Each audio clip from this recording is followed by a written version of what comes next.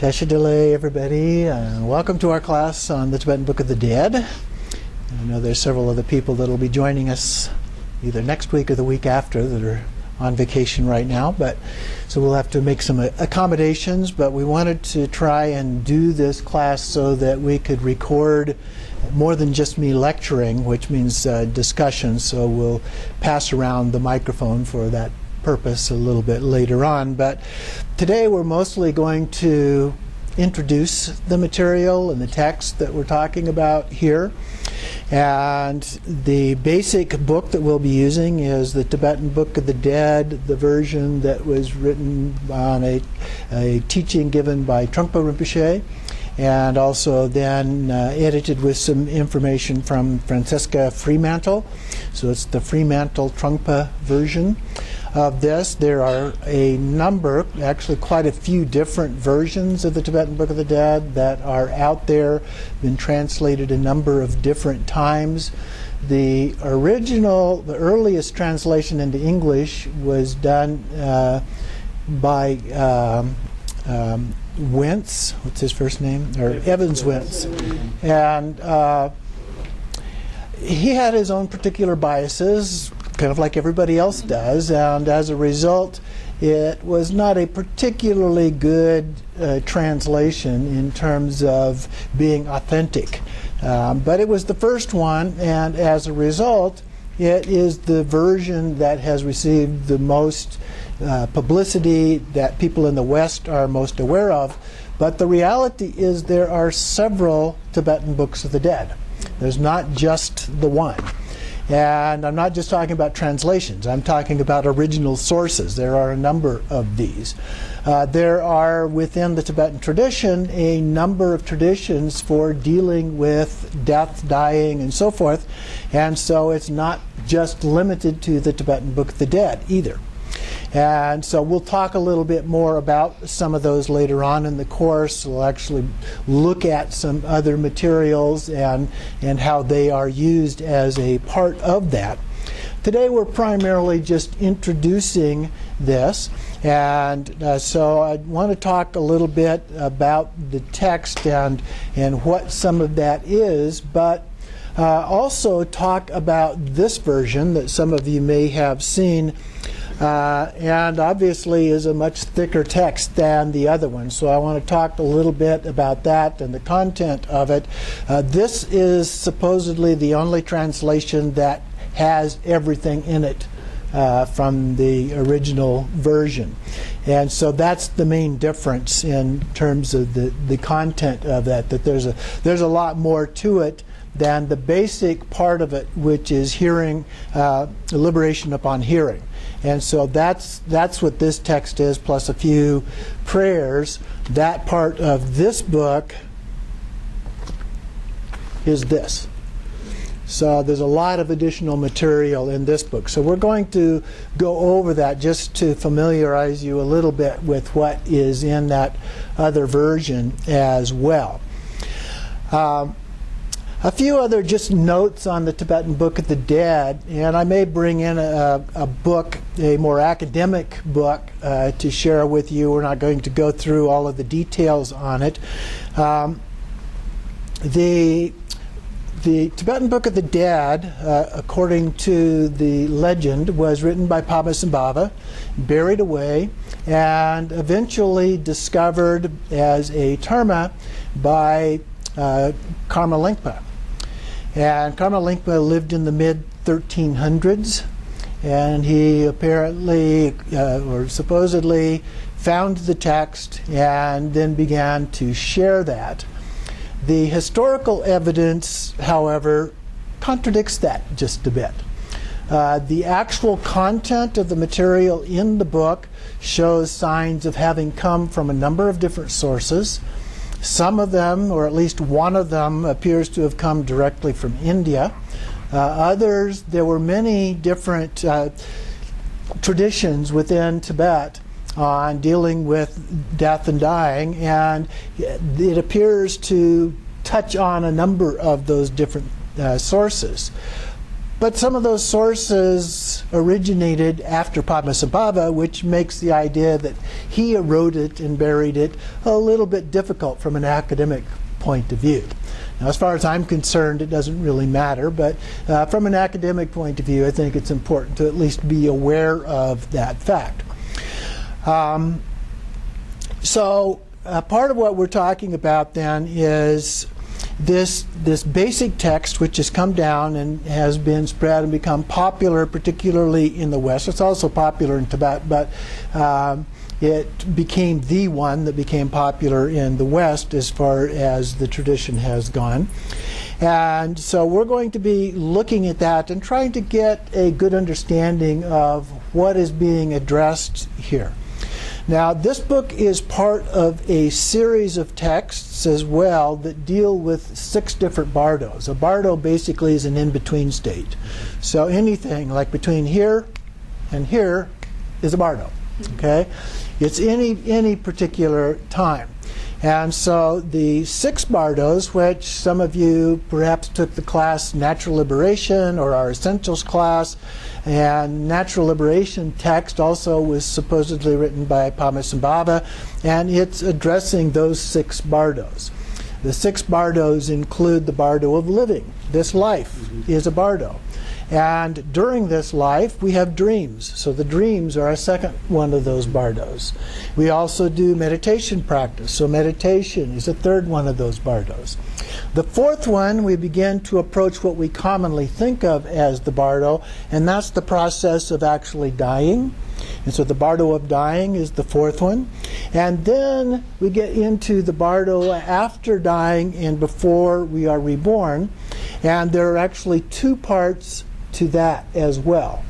So the first part of that is called the bardo of dharmata, and so that is the time in between having died and before the rest of that comes along.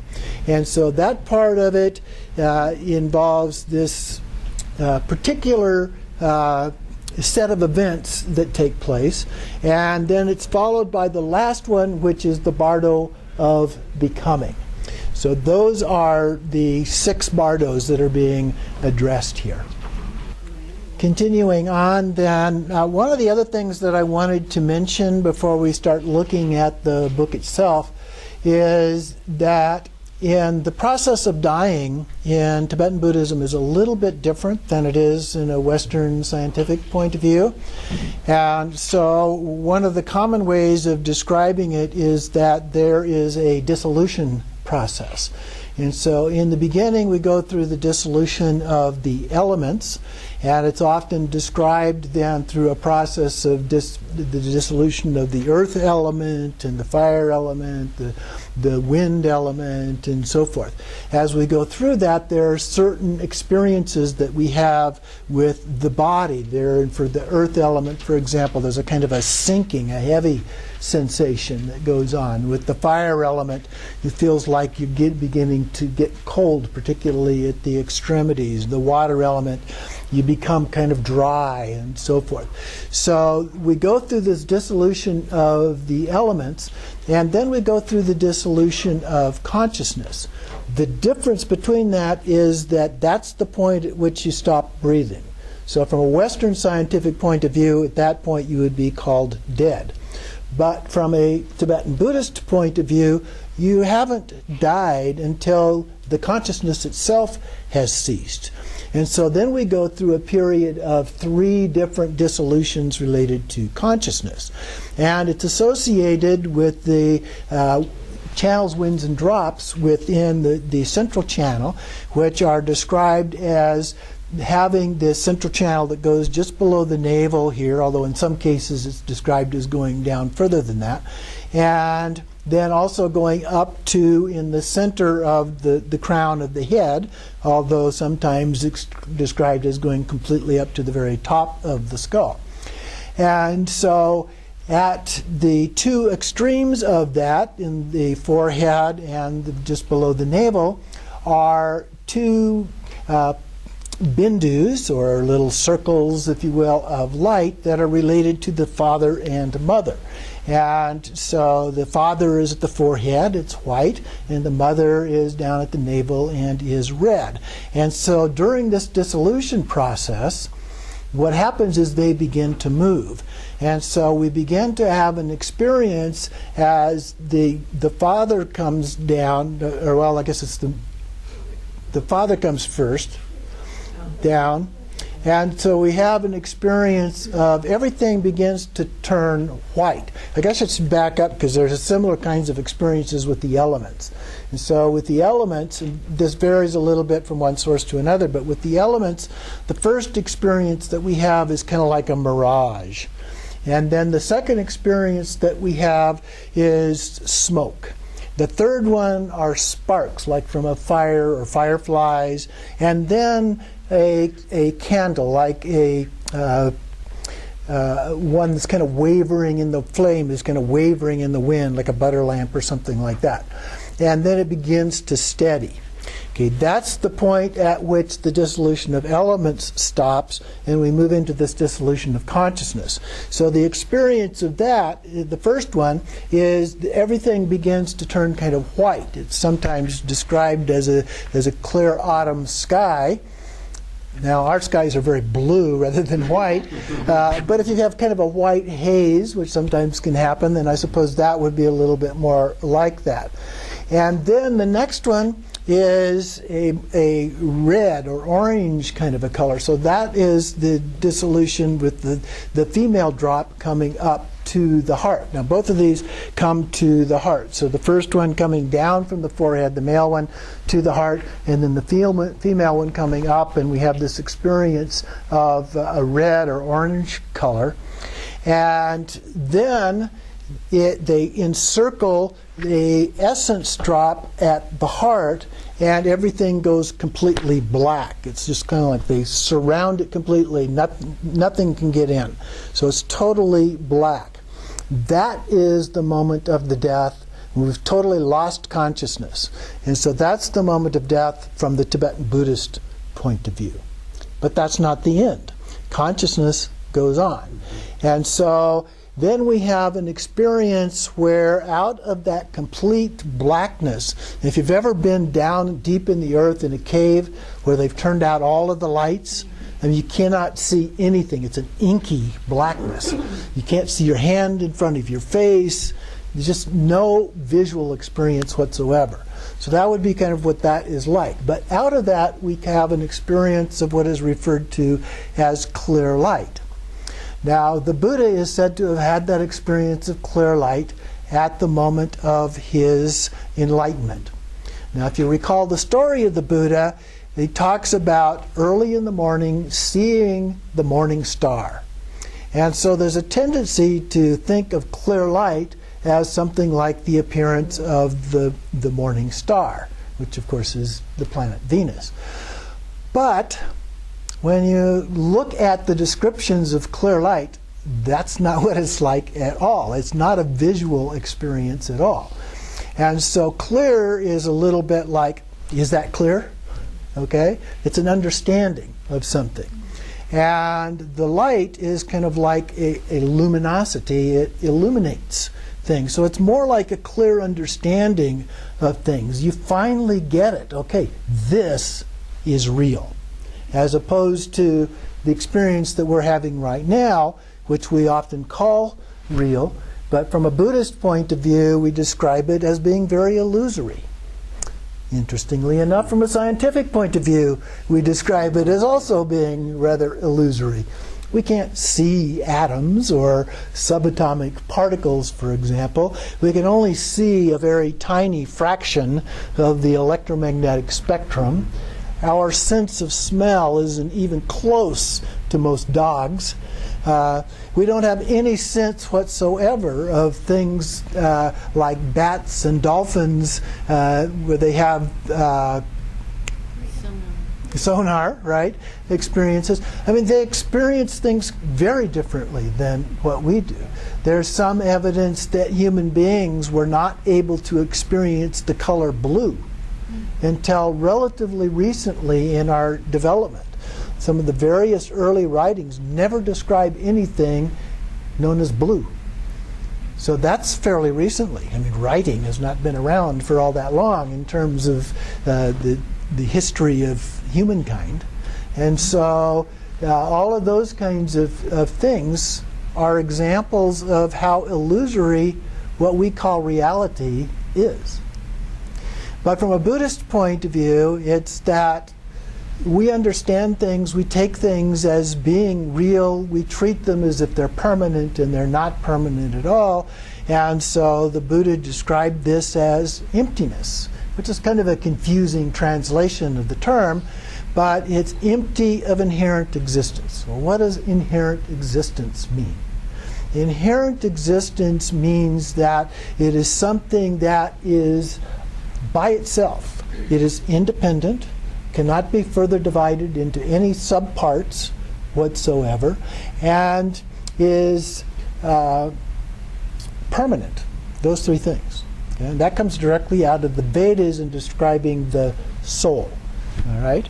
But a lot of times we treat things, our body, the things around us and so forth, because relatively speaking, they tend to last quite a while.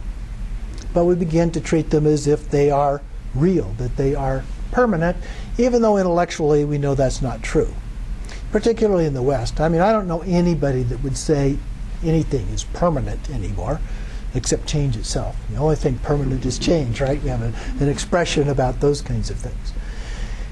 But it's all kind of an illusion. And one of my favorite metaphors that's used in Tibetan Buddhism to describe this, particularly in the Dzogchen, or Great Perfection tradition, is that it's kind of like a mirror. In a mirror we see reflections, and that's compared to the kind of experiences we have with our senses in this lifetime. But the mirror represents the real essence of that. Without that, there's no reflection. So think of it. If we had no sensory experiences whatsoever, we would have no, and then add into that, because in the Buddhist tradition it's the five senses plus feelings and thoughts. Now to think, okay, if we had no sensory experiences whatsoever, no thoughts, no feelings, there would be nothing. Absolutely nothing. I could come up and punch you in the face and you wouldn't know it. Okay? So that is like that essence. There's this essence that then is there, and we can experience what that essence is, that then results in our ability to have all of these other experiences. But in understanding that nature of reality, it changes our view and our understanding of these other things, so that we don't become so attached to things or averse to things. And those more subtle emotions then manifest into other kinds of ways, jealousy and greed and anger and so forth, on and on and on. In Buddhism there's a list of 51 or 52 of those kinds of things that we can experience. So the idea is that by connecting with that essence, we're able to transcend the experience that we normally would have based on those kinds of things. And as a result, if somebody gets mad at us, we have a choice in how we respond. And we don't have to get mad back at them, for example. Just one of many potential examples as a part of that. And so that changes our experience, our way of interacting with others. And of course, within Buddhism, we talk about loving kindness, compassion, and so forth. And we begin to not only react differently by being calm, but also in terms of the way that we then respond to others. We put a gap between stimulus and response, as we would talk about it from a psychological point of view, so that we then are able to make effective choices in our lifetime. Now here we're talking about the relative aspect. This is a relative and an ultimate aspect of the way we look at things from a Buddhist point of view. This is the relative, but we live in the relative in this lifetime. Okay? So understanding the relative and how we deal with that in this lifetime is very important. Understanding the ultimate point of view helps us deal with this relative life that we're in. So that's important as well. So getting back to our experience here in the process of dying, when we have this experience of the clear light, this all becomes really, really clear. Okay? And it's almost like a magical experience that we have. Now here's the deal. We've still got another bardo to go here. And that is, if we recognize that at that time, we become enlightened. Okay? If we have done practices, if we have been meditating, if we have studied these things, we're much more likely to recognize that experience. It also is said that if we've done those kinds of things, we experience it for a longer period of time during the death process. Okay?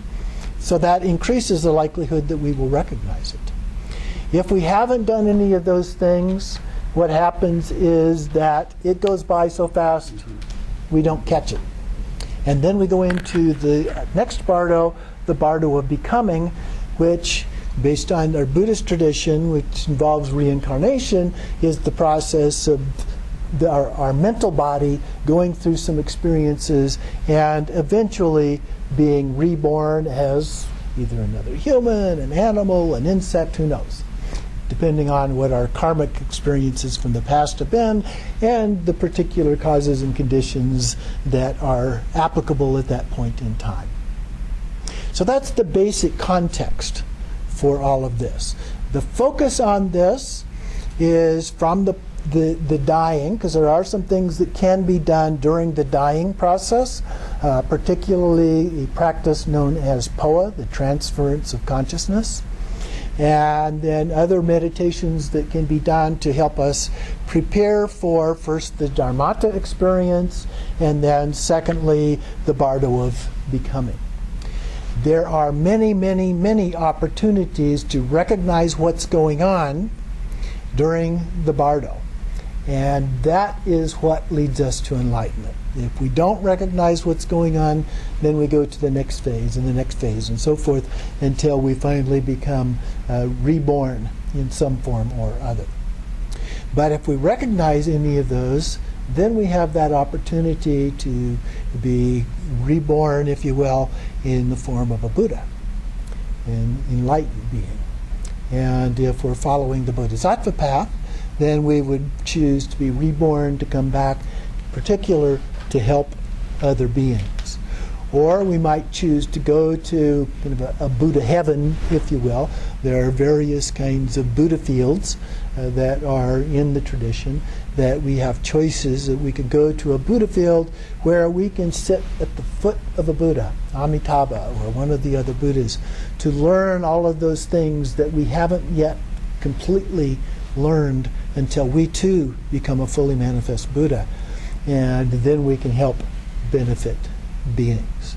Because the goal within Buddhism is that every being, not just human beings, but every being, every animal, every fish, every insect, and so forth, all of them achieve ultimate Buddhahood. So it's a very nice, ideal, utopian goal that we are pursuing as a part of this. But think about what that could possibly mean in this universe. You know, it's really pretty amazing. So that's the idea that we are going after. So now we want to bring it back to this small part of all of that, of what we're talking about with the Tibetan Book of the Dead.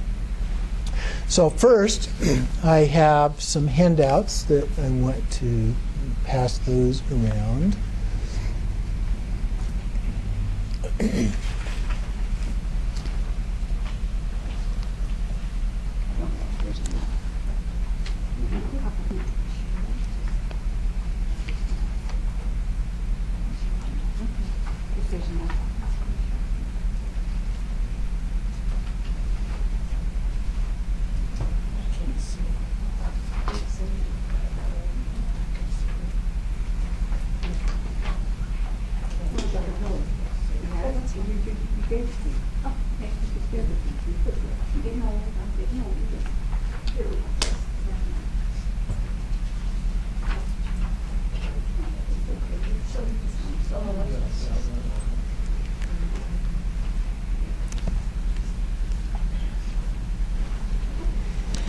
So this is an outline of this book, the complete version of the Tibetan Book of the Dead. So I wanted to give it to you just so that you've got an idea of what is in the complete text. So it begins here with the natural liberation of the nature of mind, a 4-session yoga of the preliminary practice. So we have the common and uncommon preliminary practices. So these are the Nundro. These are some of the first practices that we study in Tibetan Buddhism. And it lists some of the different pieces of that. Number 2 is the prayer for the union with a spiritual teacher, the natural liberation without renunciation of the 3 poisons. And so there's a prayer involved with that includes the Dharmakaya. These are the different Buddha bodies, the forms of Buddha bodies. So Dharmakaya refers to the truth body of a Buddha. And then we have the Sambhogakaya, which is a form of the Buddha. It's kind of like a rainbow or a spirit body of the Buddha, if you will. And then we have the Nirmanakaya, which is the form body, the physical manifestation, like Shakyamuni Buddha, the historical Buddha. And then we have the union of those 3 together as the Swabhavakakaya.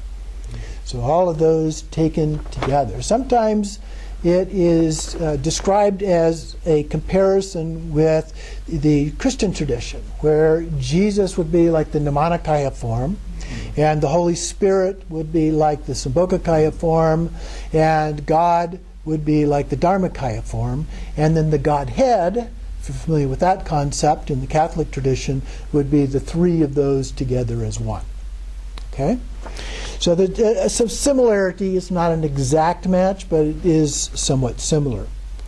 Then number 3 here are the root verses of the 6 intermediate states.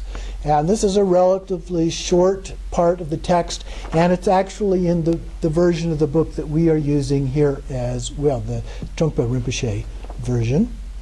And so it goes through the state of living, dreams, meditative concentration, the time of death, the dharmata, and becoming that I mentioned before.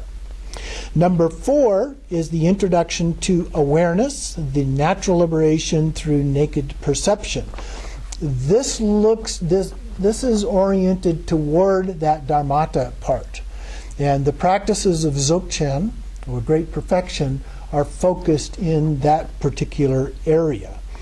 So it talks about awareness itself, introduces us to that awareness, some of the consequences of that, various observations related to examining the nature of our mind, the intrinsic awareness in terms of view, meditation, conduct, and result, and then some synonyms for awareness. There are various words that are used and concepts related to that. And then the nature of appearances, how those manifest. I used the mirror example. The manifestation are the reflections, if you will. What we see or hear and so forth in our sensory experiences or thoughts and feelings. Number 5 is the spiritual practice entitled Natural Liberation of Habitual Tendencies. Do we develop habits in our life? You bet we do. Lots and lots and lots of habits. And so we have these tendencies to just fall into those habits. The habits can be a very beneficial thing to us.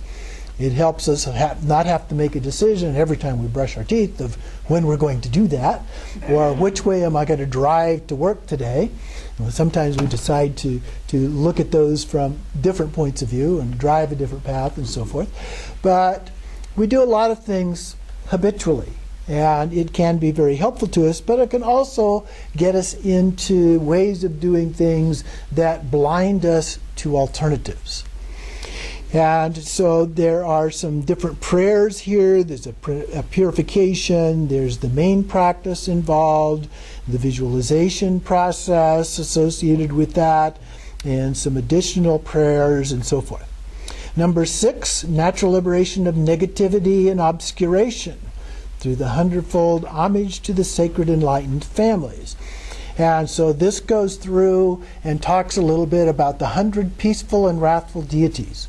And right over here we have a Tonka painting of the 100 peaceful and wrathful deities from the Guyagarbha Tantra. And so these are very much a part of what is in and what is described in the Tibetan Book of the Dead. And so it's a very important part of understanding that in order to really grasp what that is all about, how it functions, and so forth. And so this section, number 6 here, goes through all of that. Then number 7, the natural liberation through acts of confession. And so here we begin to go through a process, a practice where we admit the faults that we have, the things that we have done that were not good, the killing, the lying, the stealing, the other kinds of things that we may have done that are harmful to other beings in one form or another. And so we make confession. It's a little bit like, if you're familiar with the Vajrasattva purification practice, in that one of the 4 powers that is a part of that practice is a confession of the different things, the different wrongs that you have done towards other sentient beings. And so this goes through a fairly long list, as you can see here, of things that we may have done in that regard.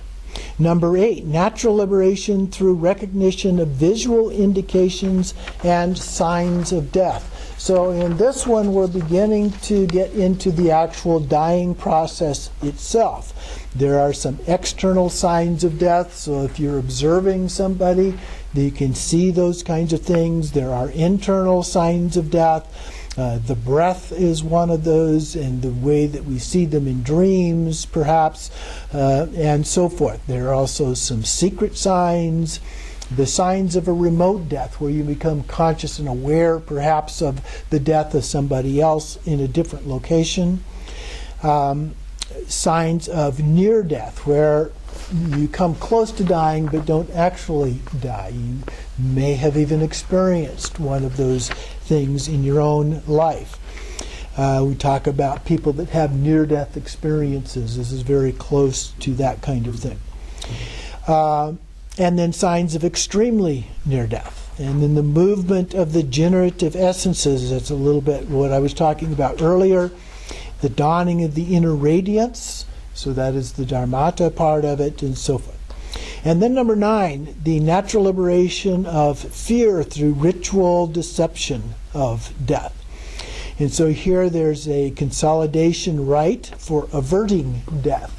And so you're near death, you may be very ill or something like that. And this is a practice that can be done for that. And there are a number of practices like that. White Tara is a practice that is often used for things like that. But there's a number of different things. And then some specific rites for averting death. Then, number 10 is the conscious transference, or POA, the natural liberation through recollection. And there are a number of different POA practices that can be done, and this describes several of those. And then we get to the heart of the Tibetan Book of the Dead, and the heart of the text that we will be looking at, and that is the great liberation by hearing. And so the idea of this is that this is read to the person who's dying or has died, so that it provides them with some guidance through the bardo of dharmata and the bardo of becoming, if they don't become enlightened at the first part of that. And as a part of this, we guide the individual through that process by reciting this, and it's actually done in a number of different ways. Part of this will talk about specific days, the first day, the second day, the third day, and so forth. But then it gets up to about the 11th or 12th day, and then it goes backwards to the 10th day. It overlaps a little bit. And then there are some practices where it doesn't list what day it is at all. And so in that regard, it gets a little bit confusing, perhaps. In talking with different lamas, this is actually done in different ways. In Tibet, you might pay some lamas to come in and do this practice. You actually make a donation rather than paying them per se. But it can be a fairly expensive process. You're giving them donations. You have several lamas that come in and do this, and they may be staying with you for a period of time. This practice can be done for a period of 7 days. It can be done over a period of 49 days. And so hosting a group of several lamas to do this practice over that period of time can be a fairly expensive thing, and a lot of people in Tibet simply cannot afford to do that. So this practice is not always done, or it's not always done in the same way either. And so it may be done in a way that you read through the entire practice of the liberation by hearing each day during that time. If you've got enough people to do that, because it's a fairly rigorous task to read that much text through continuously day after day after day. It may also then be spread out. So day 1, you just read the day 1 part. Day 2, you read the day 2 part, and so forth, and go through. And as we go through it, we'll talk about how it can be broken up in order to do that through the entire 49-day process.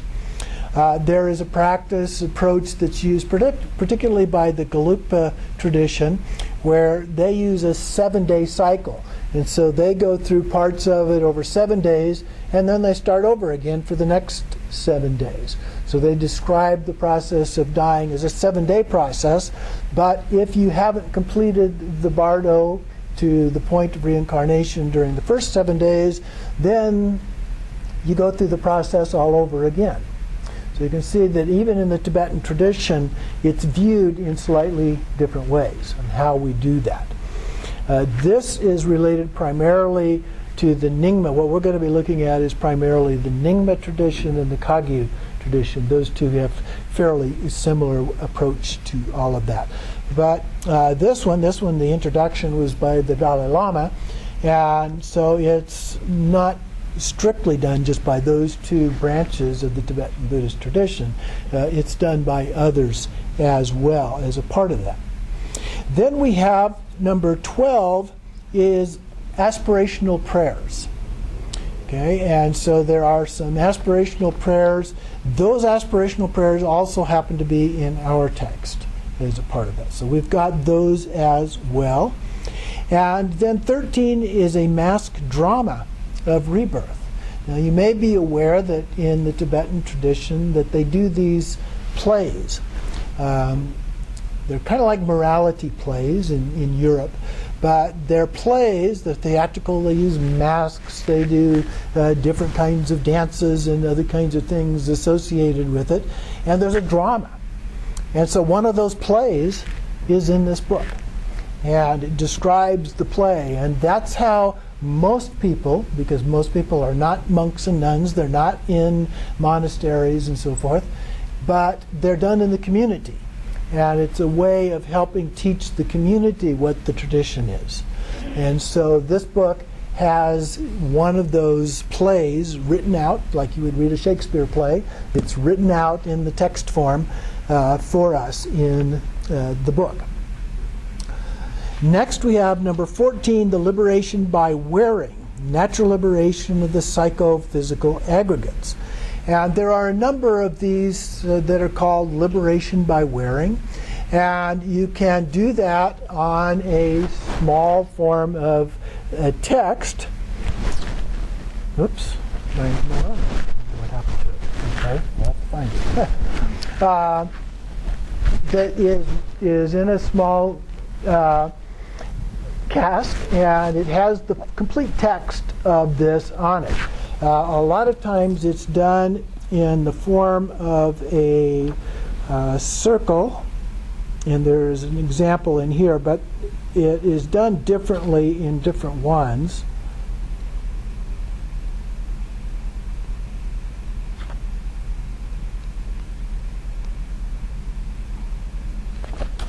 Okay, there's one. It's like a mandala. Okay? And sometimes they're folded up and folded into some kind of a little locket and worn. Other times, the one that Ruth had there is just text. There's no mandala that is a part of it is just strictly the text, and it's rolled up and put into a little container and then worn. And then there's a couple of appendices in here, one on the peaceful and wrathful deities, and then the second one on some of the symbolism of the mandala of the peaceful and wrathful deities as a part of that. The other thing I might point out is that I was talking about the peaceful and wrathful deities, and this text has a fairly complete set of color pictures of the 100 peaceful and wrathful deities in it. The first section are the peaceful ones, and then a little bit further back is a section of the various wrathful deities. So that's a nice handy thing to have as well. So that gives an overview of the content of the complete text, if you will.